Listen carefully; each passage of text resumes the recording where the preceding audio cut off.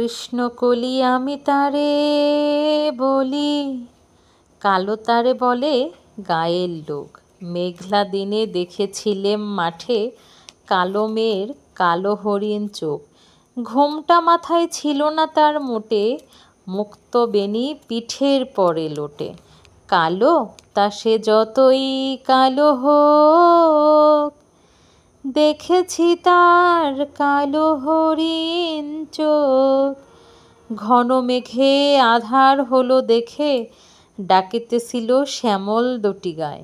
শ্যামা মেয়ে ব্যস্ত ব্যাকুল পদে কুটির হতে ত্রস্ত এলো তাই। আকাশ পানে হানি যুগল ভরু, শুনলে মেঘের বাড়ে গরু গরু।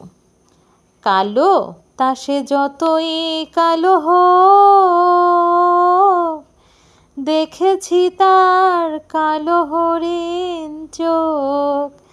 পূবে বাতাস এলো হঠাৎ ধেয়ে, ধানের খেতে খেলিয়ে গেল ঢেউ।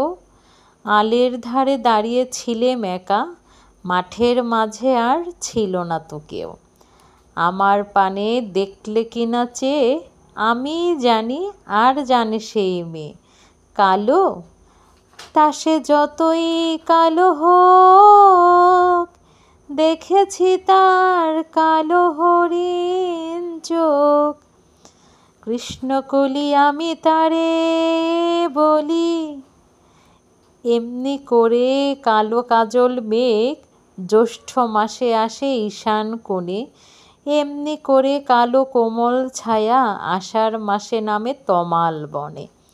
এমনি করে শ্রাবণ রজনীতে হঠাৎ খুশি ঘনিয়ে আসে চিতে।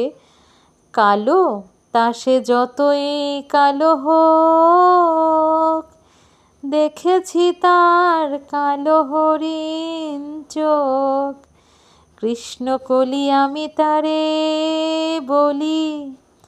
আর যা বলে বলুক অন্য লোক, দেখেছিলাম ময়নাপাড়ার মাঠে কালো মেয়ের কালো হরিণ চোখ।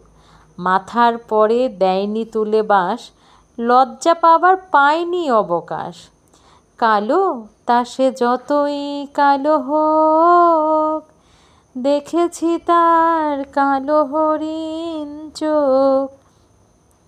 কৃষ্ণকলি আমি তারে বলি। কালো কোনো মেয়েকে নিন্দামন্দ করার আগে একবার রবীন্দ্রনাথের কথা ভাবুন। তিনি কালো মেয়েকে কত কদর করেছেন, কালো মেয়ের কালো হরিণ চোখকে তিনি কদর করেছেন। আসলে গায়ের রং মানুষকে কখনোই শ্রেষ্ঠত্ব দেয় না, দেয় তার অন্তরের ভালোবাসা। সবাই ভালো।